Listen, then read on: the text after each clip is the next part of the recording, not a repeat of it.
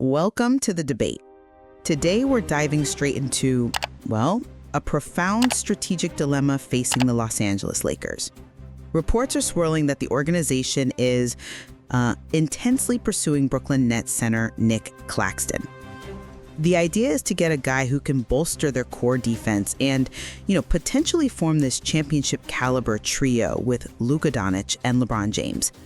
But, and this is the key, this focus on a massive structural overhaul is happening at the same time we're seeing these pretty visible internal fractures. Yeah, you have the mysterious benching of a defensive specialist like Jared Vanderbilt, and then the, let's say, highly scrutinized actions of LeBron James focusing on his own scoring streak. The tension couldn't be clearer. So the central question for us today is this. Does bringing in a guy like Nick Claxton represent that indispensable structural missing piece they need to really contend for a championship?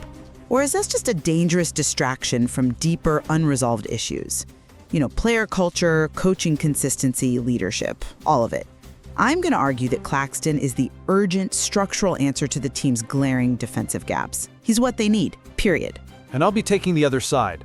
I'm going to argue that any big structural change, especially one this expensive, just can't compensate for the failures we're seeing in management, in coaching, and in the team's culture. You can't build a new wing on a house when the foundation is cracked. And right now, the Lakers' foundation looks pretty shaky. My thesis here is really rooted in a clear, objective weakness. Claxton is an urgent and necessary acquisition that addresses the one primary vulnerability that just plagued the team last season, a devastating lack of real basket protection. They just couldn't defend the paint. The data on what opponents were doing inside, the offensive rebounds they were giving up, it's damning. We're talking about a top 5 deficiency that even elite offensive talent like they have can't mask in a 7-game series. And Claxton, who's got a 7-foot frame, an absurd wingspan, he provides a specific high-level element, verticality and intimidation. He's not just a big body. His presence alone changes how other teams attack the rim. So this move, it redefines the team's philosophy. It shifts the emphasis from just relying on, offensive brilliance from its stars to integrating this non-negotiable layer of strength and physical presence. Honestly, it's the key to getting into that serious defensive tier and actually thinking about a deep playoff run. Without a player like him, that vulnerability just remains too big to overcome. Okay, that's a strong case for Claxton's specific skills. I'll give you that. But let's look at the context here, the conceptual misstep this trade represents. I believe that focusing only on a high-cost trade, and it will be high-cost, likely sacrificing depth like Rui Hachimura or other young prospects, is a fundamental mistake until the team gets its own house in order. They're trying to buy a solution to a problem when they already have some of the components for it just sitting on the bench. The team already has elements of that intensity and defense they claim to need. Look at Jared Vanderbilt. This is a player who is a key part of their defensive identity. Now, he's a ghost in the rotation. He's healthy. The team is visibly suffering in terms of intensity, and yet he sits. So if the current coach, J.J. Redick, can't or won't use the defensive specialist he already has, what clarity does bringing in Claxton really provide? This whole thing just ignores a severe cultural flaw.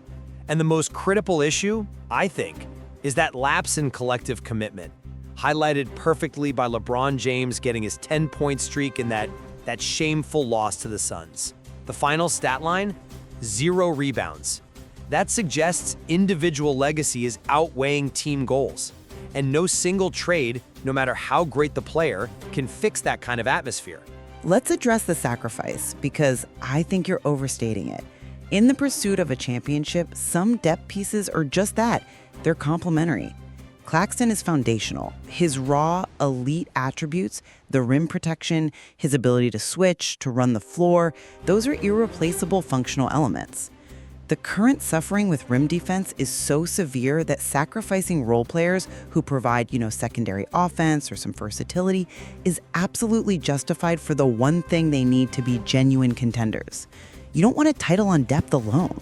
You need structural solidity. I'm sorry, I just don't buy that the sacrifice is merely painful. I think it could be crippling to a coaching staff that's already struggling with rotations. How so? Well, acquiring Claxton isn't just a simple swap. Let's talk specifics. You trade Rui Hachimura, for example, you're not just losing a forward. You lose your most reliable small ball 4, a guy who can hit the corner 3. That leaves Reich with way fewer options against good switching defenses. So if Reich is already having trouble managing the current roster, how is he supposed to integrate a $20 million defensive centerpiece while also managing a fractured locker room? You're trading for a functional solution without addressing the conceptual problems of coaching and chemistry. It doesn't add up. That's an interesting point on the technical cost, but I'd frame the Vanderbilt paradox and the coach's struggles a bit differently. When Coach Reich says Vanderbilt isn't achieving the necessary level of consistency, maybe that's harsh, but it speaks to a coach who is trying to implement a very specific pace-oriented philosophy.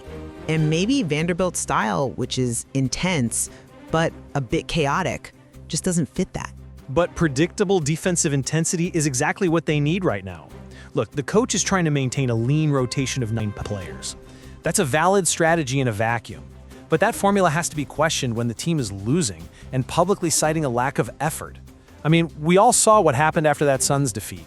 Reich himself was furious, saying it looked like the Monstars had taken care of the players. True, that wasn't a good look. It wasn't.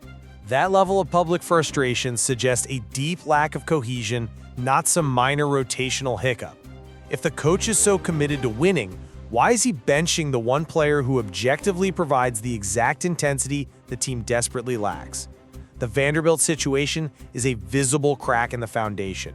It sends a message that defense and intensity are optional, which completely undercuts the whole reason for trading for Claxton in the first place. I see why you'd think that, but I think Reich is in a crossfire here.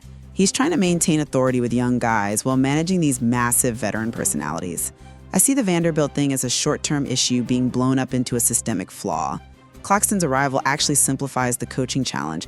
It gives Reich an undisputed, elite defensive anchor to build around. It removes the ambiguity. It's a structural clarification that actually helps the coaching staff. It doesn't hinder them. Okay, but let's shift focus to the psychological environment Claxton would be walking into.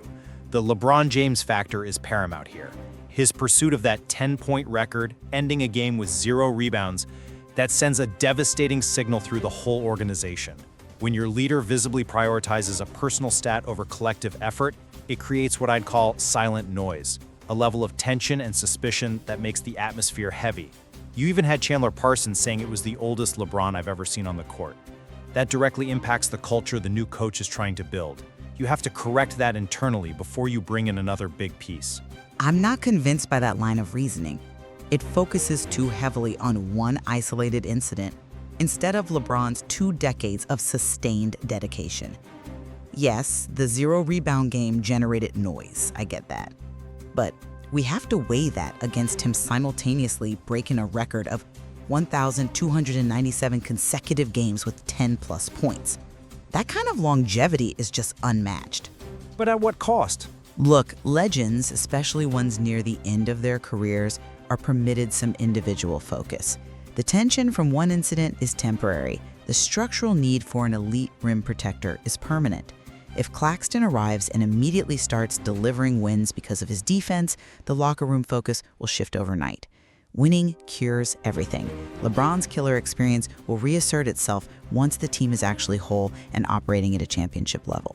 We have to address the functional flaw first. The culture issue is a symptom of losing, not the cause. See, you're asking the organization to bet that the promise of winning will cure the current disease of internal mismanagement.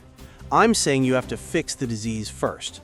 The signals being sent, Vanderbilt's benching saying intensity is disposable, LeBron's 0 rebound game saying individual legacy can come first, that tells the other players that their own sacrifice might be meaningless. This creates an environment where chemistry just can't take root, which will sabotage Claxton's integration, no matter how talented he is. A structural fix without a cultural cleanup is just shuffling deck chairs. I maintain that the Lakers are on the verge of taking a step towards, dominance on another level by getting Claxton. The functional necessity outweighs the managerial turbulence. The trade addresses an undeniable weakness, rim defense, that is absolutely mandatory for any real playoff aspirations. The search for solidity and balance has to begin with this significant structural upgrade. And I'd conclude that the team dynamic is just too strained and tense right now. addressing a superficial need for rim protection while you're actively benching a high-intensity defensive player, and your leader is prioritizing legacy over competition. It just ensures that any new piece will fail to integrate. You have to fix the foundation before you build the walls. Otherwise, Claxton becomes a very expensive, very talented player caught in an organizational mess. Well, regardless of which side of this you fall on, I think we both agree that the next few months are going to be decisive as the trade market heats up. The decision they make here will absolutely define the immediate future of this franchise. Indeed. It's going to determine whether this is the end of an era, the beginning of a new one, or maybe the most complicated scenario of all, both happening at the same time. It really forces you to weigh the tangible value of a structural fix against the deep and maybe more important necessity of cultural solidity.